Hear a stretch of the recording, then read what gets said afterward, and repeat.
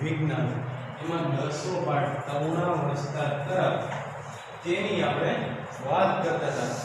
તો તેમાં યૌવનારંભમાં થતા ફેરફારોની આપણે વાત કરીએ. પછી ગૌણ જાતીય લક્ષણોની આપણે વાત કરી. પછી મનુષ્યમાં પ્રજનન કાળની અવધિ તેની પણ આપણે સ્ત્રીઓમાં તેની અવધિ કેટલી હોય તેની પણ આપણે છેલ્લા લેક્ચરમાં આપણે વાત કરી હતી. તો ટોપિક મનુષ્યમાં પ્રજનન કાળની અવધિ.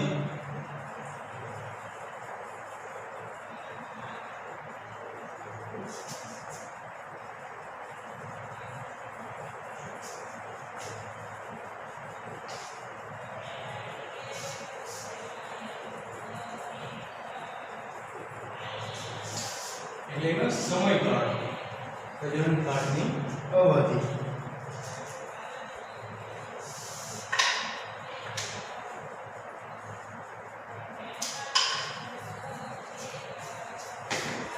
તો આપણે સ્ત્રીની વાત કરીએ તો અંડપિંડોમાં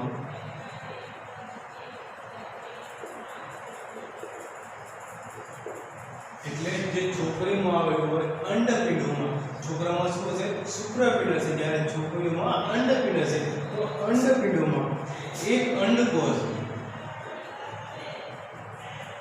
આપણે તો ખબર છે અંડપિંડમાં અંડકોષ ઉત્પન્ન થાય. તો એક અંડકોષ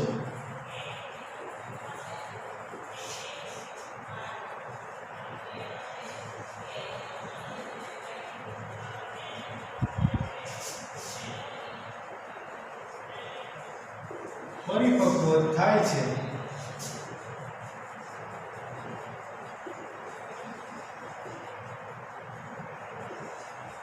તથા લગભગ 28 થી 30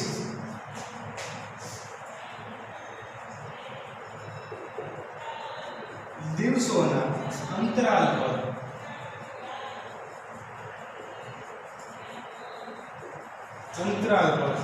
કોઈ પણ એક અંડપિંડ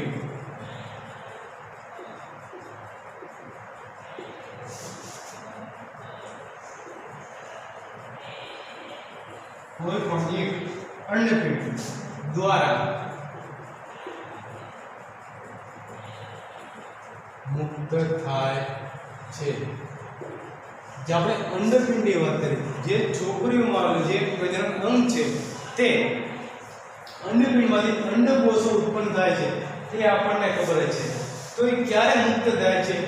28 થી 30 દિવસના સમયગાળામાં તે કોઈ પણ એક અંડપિંડ દ્વારા તે મુક્ત થાય છે. બે અંડપિંડો આવેલા હોય તેમાંથી કોઈ પણ એકમાંથી તે 28 થી 30 ના દિવસોના સમયગાળામાં તે એક અંડપિંડમાંથી તે મુક્ત થાય છે. કોણ? અંડકોષ. પછી આગળ આ સમયમાં કયો સમય હતો? 28 થી 30 દિવસના સમયગાળામાં. તો આ સમયમાં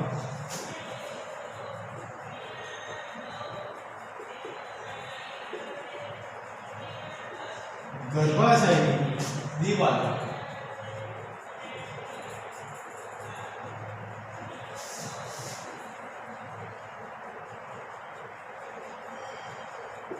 જે ગર્ભાશયની જે દીવાલ હશે તે કેવી થઈ જશે? જાડી થઈ જાય છે. કયા સમયગાળામાં? તો 28 થી 30 દિવસના સમયગાળામાં જેની જે ગર્ભાશયની જે દીવાલ હશે તે કેવી થઈ જશે? જાડી થઈ જાય છે. પછી તમને શું કીધું છે? જેનાથી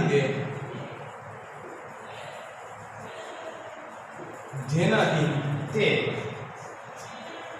અંડકોષના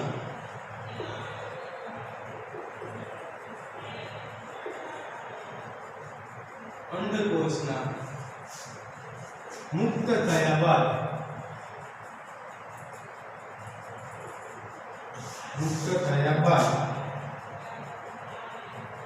યુગ્મનજને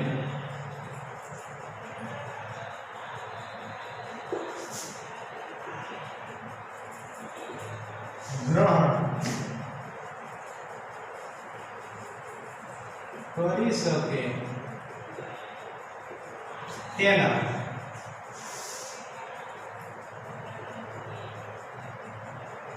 ફળ સ્વરૂપે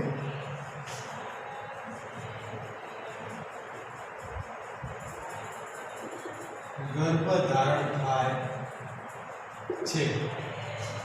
28 થી 30 દિવસના સમયગાળામાં જેની જે ગર્ભાશયની જે દિવાલ હશે તે કેવી થઈ જાય? જાડી થઈ જાય છે, જેનાથી તે અંડકોષના મુક્ત થયા બાદ, જો અંડકોષના મુક્ત થયા બાદ જે છૂટા પડી જાય પછીની વાત છે, યુગ્મનજને ગ્રહણ કરી શકે તેના ફળ સ્વરૂપે તે ગર્ભધારણ થાય છે.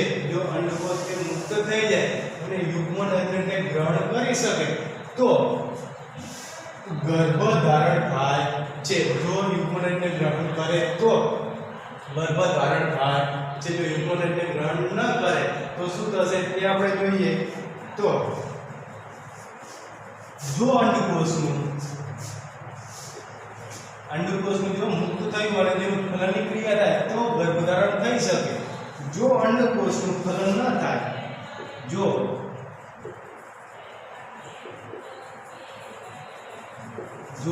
અંડકોષનું ફલન ન થાય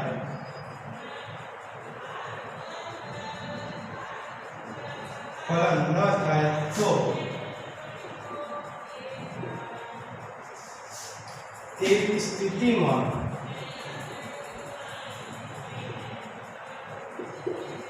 સ્થિતિમાં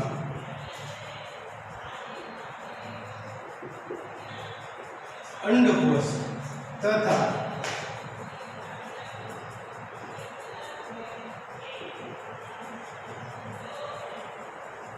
ગર્ભાશયનું મોટું સ્તર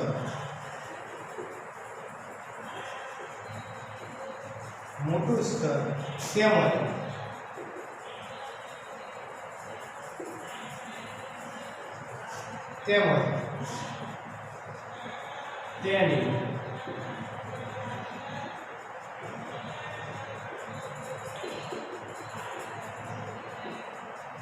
રુધિરવાહિની સાથે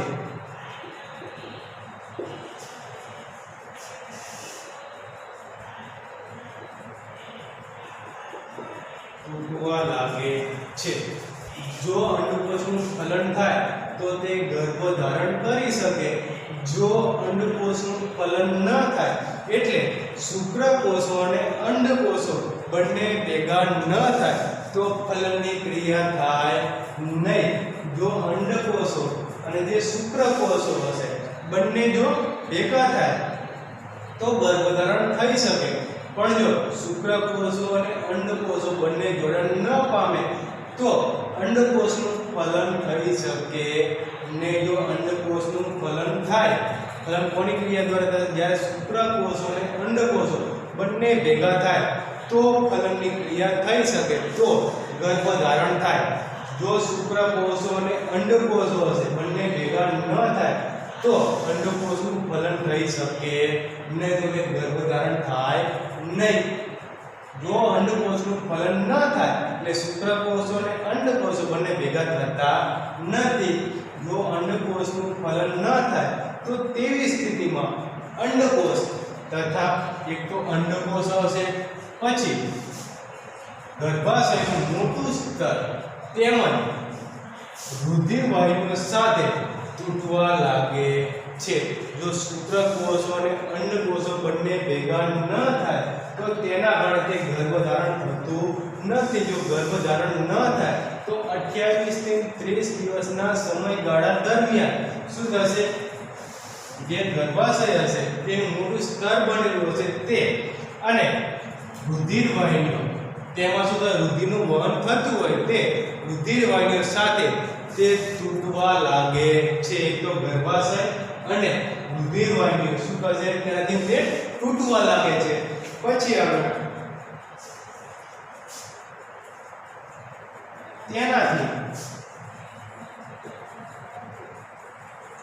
તેનાથી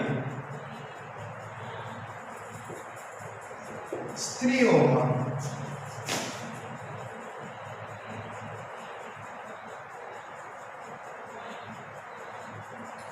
તેનાથી શું થશે? સ્ત્રીઓમાં રક્તસ્રાવ થાય છે, એટલે લોહીનો સ્ત્રાવ થાય છે. ક્યારે થશે?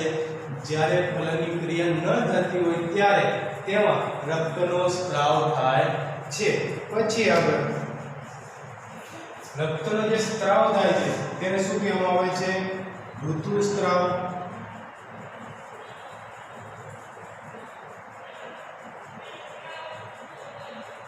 ઋતુસ્ત્રાવ અથવા રજોસ્ત્રાવ.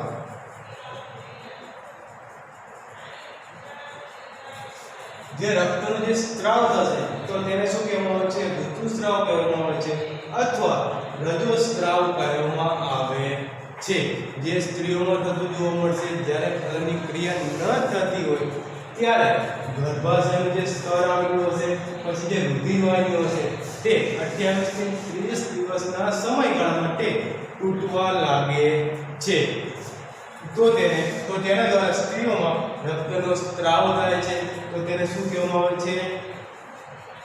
ઋતુસ્ત્રાવ અથવા રજોસ્ત્રાવ કહેવામાં આવે છે. અને આ ક્યારે થતું જોવા મળશે? 28 થી 30 દિવસના સમયગાળામાં થતું જોવા મળે છે. પછી આગળ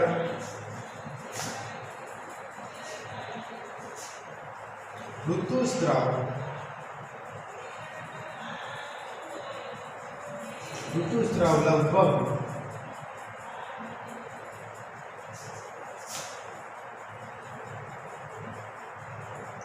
28 થી 30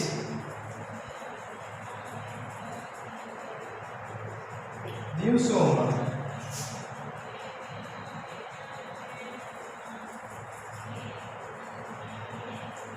એકવાર થાય છે.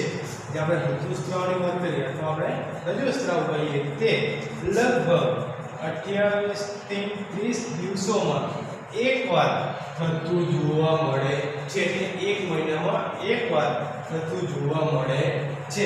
પછી આગળ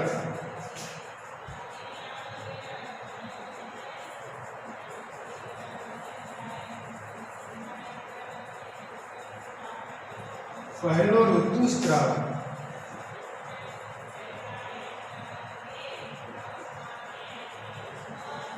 યવાણા રંગની શરૂઆતમાં થાય છે. પહેલો જે ઋતુસ્ત્રાવ હશે એટલે પહેલી વાર જે રક્તનો જે સ્ત્રાવ થતો હશે તે ક્યારે થશે? યવાણા રંગની શરૂઆતમાં તે થતો આપણને જોવા મળે છે. જેને શું કહેવામાં આવે છે?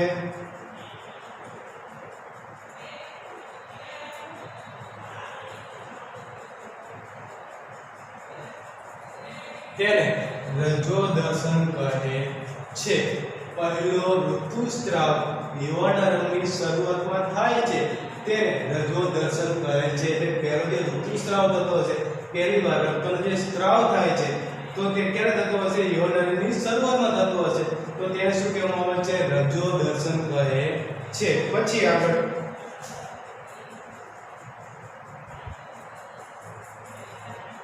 લગભગ 45 થી 50 વર્ષની ઉંમરે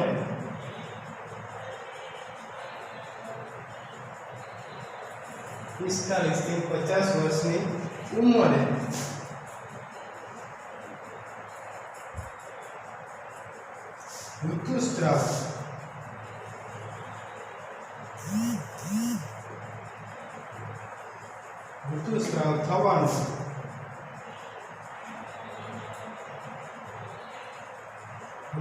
થવાનું બંધ થઈ જાય છે.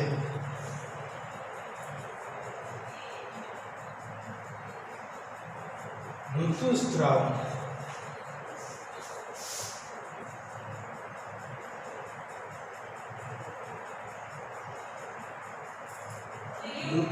બંધ થઈ જવાની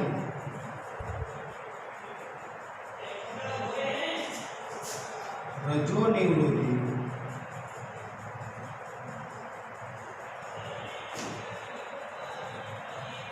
કહે છે.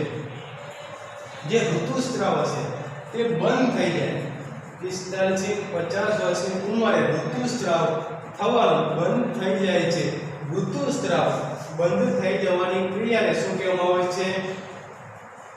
રજો નિવૃત્તિ કહે છે.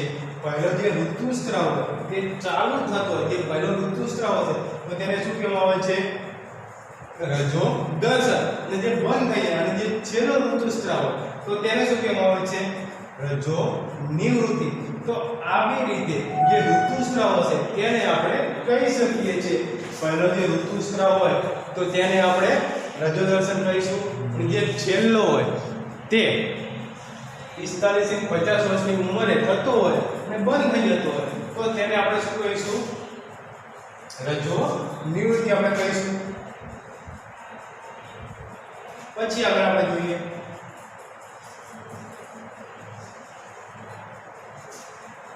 ઋતુસ્રાવ.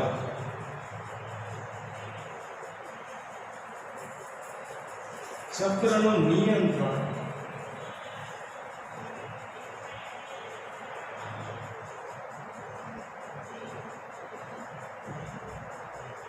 ઋતુસ્રાવ ચક્રનું નિયંત્રણ અંતઃસ્રાવ દ્વારા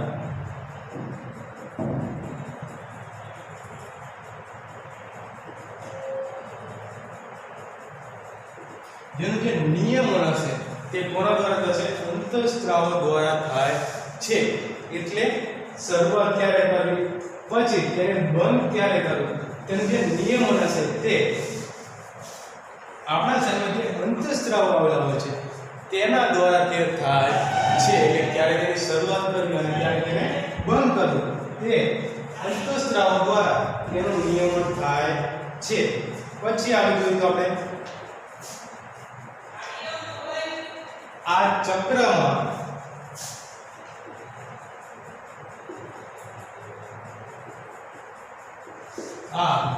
ચક્રમાં અંડકોષનું પરિપક્વન થવું,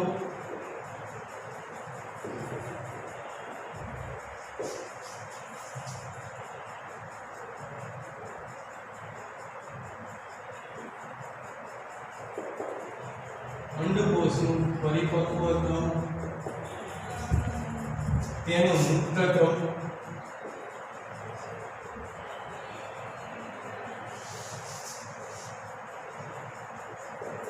એક તો અંડકોષ પરિપક્વ થવા પછી અંડકોષનું શું થવું? મુક્ત થવું.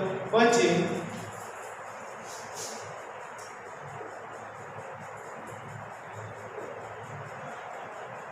ગર્ભાશયની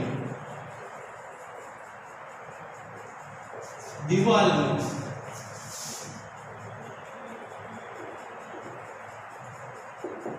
જાડું થવું. આ ચક્રમાં અંડકોષનું પરિપક્વ થવું, પછી તેનું મુક્ત થવું અને ગર્ભાશયની જે દિવાલ હોય તે જાડી થતી આપણને જોવા મળે. પછી એમાં ફલન ન થવાથી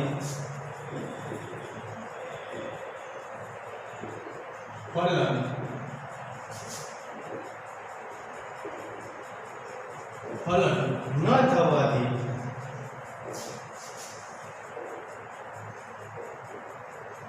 તેનું તૂટવું વગેરે તેમાં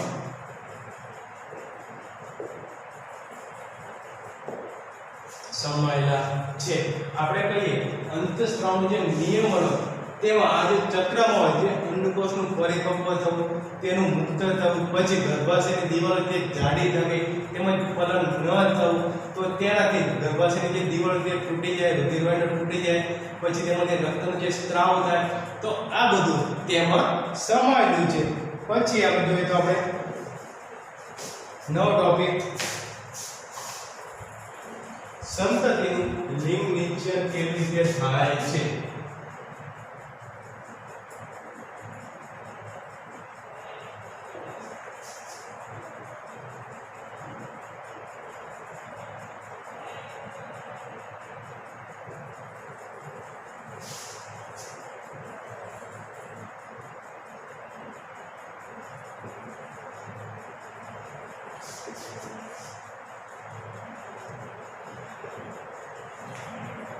સંતતિનું લિંગ નિશ્ચય કેવી રીતે થાય છે? એટલે જ્યારે પ્રજનનની ક્રિયા થતી હોય પછી જે સંતતિ આવે, જે છોકરો આવે કે છોકરી આવે, એનો નિયમન અને સંતતિનું લિંગ નિશ્ચયન કેવી રીતે થતું હોય તેના વિશે આપણે જોઈએ તો લિંગ નિશ્ચયન જે થતું હોય છોકરો કે જે છોકરી આવે તો તે કોના દ્વારા ખબર પડી શકે, કોના ઉપર આધાર રાખે છે તે આપણે જોઈએ તો શું આવશે?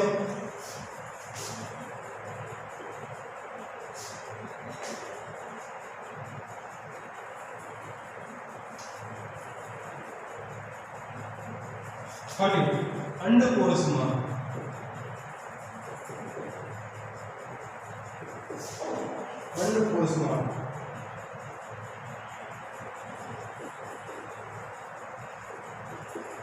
રંગસૂત્રો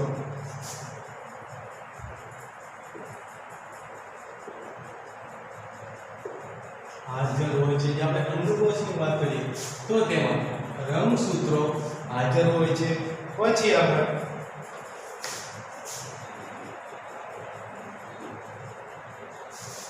રંગસૂત્રો પ્રત્યેક કોષના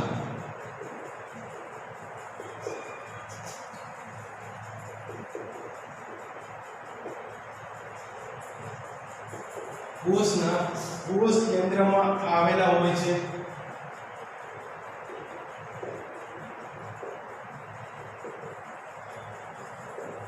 જે આપણે વાત કરી કે રંગસૂત્ર, તો તે રંગસૂત્ર ક્યાં આવેલા હોય છે? આપણા શરીરમાં કોષો આવેલા, તો કોષોમાં જે કોષ કેન્દ્ર આવેલું હોય, જો આપણે કોષની વાત કરીએ તો વચ્ચે કાળા રંગનું આવેલું હોય તેને આપણે શું કહીએ? કોષ કેન્દ્ર કહીએ. તો કોષ કેન્દ્રમાં આપણા જે રંગસૂત્ર હોય તો તે કોષ કેન્દ્રમાં આવેલા હોય, તે ક્યાં હશે? કોષના મધ્ય ભાગમાં આવેલું હશે. તો તેમાં રંગસૂત્રો આપણે રહેલા હશે. પછી આગળ બધા જ મનુષ્યના કોષોમાં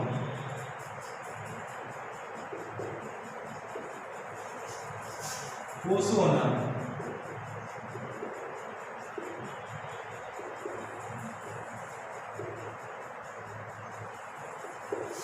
કોષ કેન્દ્રમાં 23 જોડ રંગસૂત્રો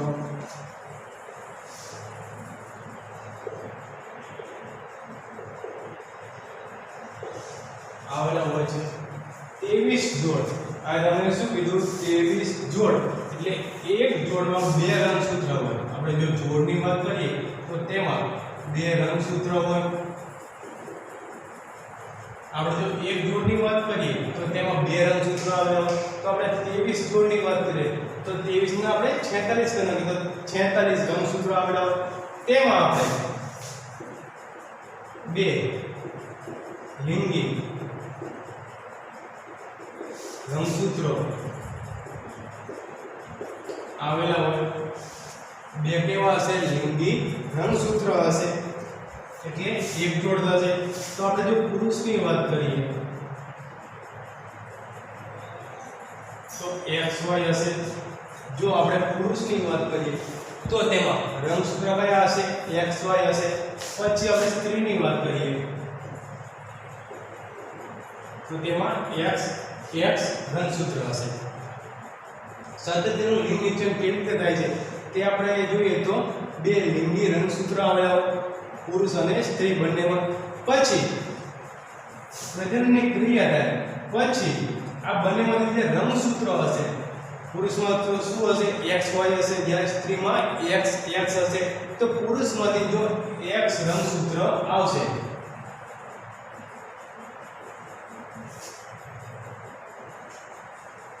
જો પુરુષમાંથી X આવે અને સ્ત્રીમાંથી તો XX છે એટલે X આવશે. તો તેમાંથી શું આવશે? XX થયો. XX થાય તો છોકરી.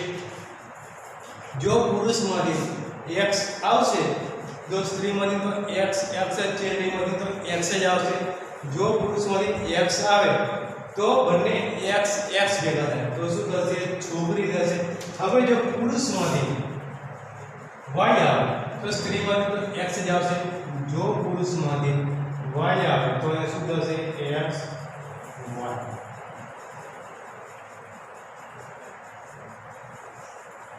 તો છોકરો થશે જો પુરુષમાંથી y આવે તો આમાંથી તો x x જ છે એટલે આમાંથી તો x જ આવશે જો પુરુષમાંથી y આવે તો આમાંથી x આવશે તો x y થશે તો છોકરો થશે તો જે છોકરો કે છોકરી સંદેશ જે થતું હોય ઉપર તો તેમાં તેનો આધાર હશે તે કોના ઉપર રહેલો હોય છે તે પુરુષ ઉપર રહેલો હોય છે જે છોકરો આવશે કે છોકરી આવશે તેનો જે આધાર હશે તે કોના ઉપર રહેલો હોય છે તે પુરુષ ઉપર રહેલો એટલે છોકરા ઉપર રહેલો હોય છે કેમ કે તેમાં જે રંગસૂત્રો હશે તે x અને y આવેલા હોય છે જ્યારે સ્ત્રીમાં x આવેલો હોય છે તો તેના કારણે તેમાં કોઈ ફેરફાર થતો નથી તો ફેરફાર શેમાં થશે આમાં થશે જ્યારે પુરુષમાં x અને y આવેલો છે તો તેના દ્વારા ફેરફાર થતો જોવા મળે છે જો x આવશે તો એમાંથી તો x જ આવશે તો છોકરી થશે જો આમાંથી y આવે તો આમાંથી તો x જ આવશે તો x અને y થશે તો છોકરો થશે તો સંતતિનું લિંગ નીચે આવી રીતે થાય છે અને જે આધાર હશે તે કોના ઉપર આધાર રાખે છે તો શું આવશે પુરુષ ઉપર તે આધાર રાખે છે તો મનુષ્યમાં પ્રજનન કાળની અવધિમાં આપણે જોયું તો સ્ત્રીમાં આપણે અંડપિંડમાં એક અંડકોષ પરિપક્વ થાય છે તથા લગભગ 28 થી 30 દિવસના અંતરાલ પર કોઈ પણ એક અંડપિંડ દ્વારા તે મુક્ત થાય છે પછી આ સમયમાં ગર્ભાશયની જે દીવાલ હશે તે જાડી થઈ જતી જોવા મળે પછી જો ફલનની ક્રિયા ન થાય જો ફલનની ક્રિયા થશે તો ગર્ભધારણ થશે જો ફલનની ક્રિયા ન થાય તો ફલનની ક્રિયા ક્યારે ન થાય જ્યારે શુક્રકોષ અને અંડકોષ બંને ભેગા ન થાય ત્યારે ફલનની ક્રિયા થાય નહીં તો ફલનની ક્રિયા ન થાય તો અંડકોષનું ફલન ન થાય તો તેવી સ્થિતિમાં અંડકોષ તથા ગર્ભાશયનું મોટું સ્તર તેમજ ગર્ભાશયની જે દીવાલ હોય તે પછી તેની રુધિરવાહિનીઓ સાથે તે તૂટી જાય છે જો ફલનની ક્રિયા ન થાય તો એવી સ્થિતિમાં શું થશે ગર્ભાશયની જે દીવાલ આવેલી હોય તે અને રુધિરવાહિની તૂટવા લાગે છે તો તેના કારણે રક્તનો સ્ત્રાવ થાય છે 28 થી 30 દિવસના સમયગાળામાં એટલે મહિનામાં એકવાર થતું જોવા મળે છે આવું ક્યારે થશે જ્યારે અંડકોષનું ફલન ન થાય તેવી સ્થિતિમાં રક્તનો સ્ત્રાવ થાય છે જો અંડકોષનું ફલન થતું હોય તો તે ગર્ભધારણની ક્રિયા થશે પણ જો અંડકોષનું ફલન ન થાય તો મહિનામાં એકવાર રક્તનો સ્ત્રાવ થતો જોવા મળે છે પછી તો તેને શું કહેવામાં આવે છે ઋતુસ્ત્રાવ અથવા રજોસ્ત્રાવ કહે છે પછી આગળ ઋતુસ્રાવ લગભગ 28 થી 30 દિવસના સમયગાળામાંથી એકવાર થાય છે પછી પહેલો જે ઋતુસ્રાવ તે યૌવનારંભની શરૂઆતમાં થાય છે તો તેને શું કહેવામાં આવે છે રજોદર્શન કહે છે જ્યારે પહેલો જે ઋતુસ્રાવ તો તેને શું કહેવામાં આવે છે રજોદર્શન કહેવામાં આવે છે પછી લગભગ 45 થી 50 વર્ષની ઉંમરે ઋતુસ્રાવ થવાનું બંધ થઈ જાય છે જ્યારે 45 થી 50 વર્ષની ઉંમર થાય ત્યારે શું થાય છે ઋતુસ્રાવ થવાનું બંધ થઈ જાય છે તો તેને જે બંધ થઈ જવાની જે ક્રિયા હશે તેને રજો નિવૃત્તિ કહે છે જે પહેલો ઋતુસ્રાવ હોય તેને રજોદર્શન કહે છે પછી ઋતુસ્રાવ તે બંધ થઈ જવાની જે ક્રિયા હોય તો તેને રજો નિવૃત્તિ કહે છે ઋતુસ્રાવનું ચક્રનું નિયંત્રણ હશે તે અંતઃસ્રાવ દ્વારા થાય છે જેનું નિયંત્રણ હશે તે અંતઃસ્રાવ દ્વારા થશે ક્યારે તેને ઉત્પાદન ચાલુ કરવું ક્યારે તેને ઉત્પાદન બંધ કરવું તો તેનું જે નિયંત્રણ હશે તે અંતઃસ્રાવ દ્વારા થતું જોવા મળે છે પછી આપણે જે સંતતિનું લિંગ નિશ્ચય કેવી થાય છે એટલે છોકરો કે છોકરી આવે છે કઈ રીતે આવે છે તે કોના પર આધાર રાખે છે એનું આપણે જોયું તો ફલિત અંડકોષમાં રંગસૂત્ર હાજર હોય છે રંગસૂત્રો પ્રત્યેક કોષના કોષ કેન્દ્રમાં આવેલા હોય છે બધા જ મનુષ્યના કોષોમાં કોષ કેન્દ્રમાં 23 જોડ રંગસૂત્ર આવેલા હોય છે તેમાંથી આપણે જો બે રંગસૂત્રની વાત કરીએ તો તે કયા હશે લિંગી રંગસૂત્ર આવેલા હોય છે જો આપણે પુરુષની વાત કરીએ તો તેમાં x y સ્ત્રીની વાત કરીએ તો તેમાં x x જો y અને x બંને જો જોડાણ થાય તો છોકરો થશે જ્યારે આમાંથી x અને છોકરીમાં સ્ત્રીમાં x જ આવશે તો તેના કારણે છોકરી થઈ શકે. તો આવી રીતે જે આધાર હશે, જે છોકરો કે છોકરી, તો તે કોના ઉપર રહેલો હોય છે? તે પુરુષ ઉપર તે રહેલો હોય છે. કેમ? તેમાં એમાં જે લિંગી રંગસૂત્ર હશે તે કેવા હશે? બંને અલગ અલગ હોય છે, એક્સ અને વાય. જ્યારે સ્ત્રીમાં જે રંગસૂત્ર હશે તે કેવા? બંને સરખા હશે. તેનાથી ખબર આપણે પડે છે કે જ્યારે છોકરો કે છોકરી આવે છે તે કોના ઉપર આધાર રાખશે? તે પુરુષ ઉપર આધાર રાખે છે. તો બીજું આપણે નેક્સ્ટ લેક્ચરમાં જોઈશું.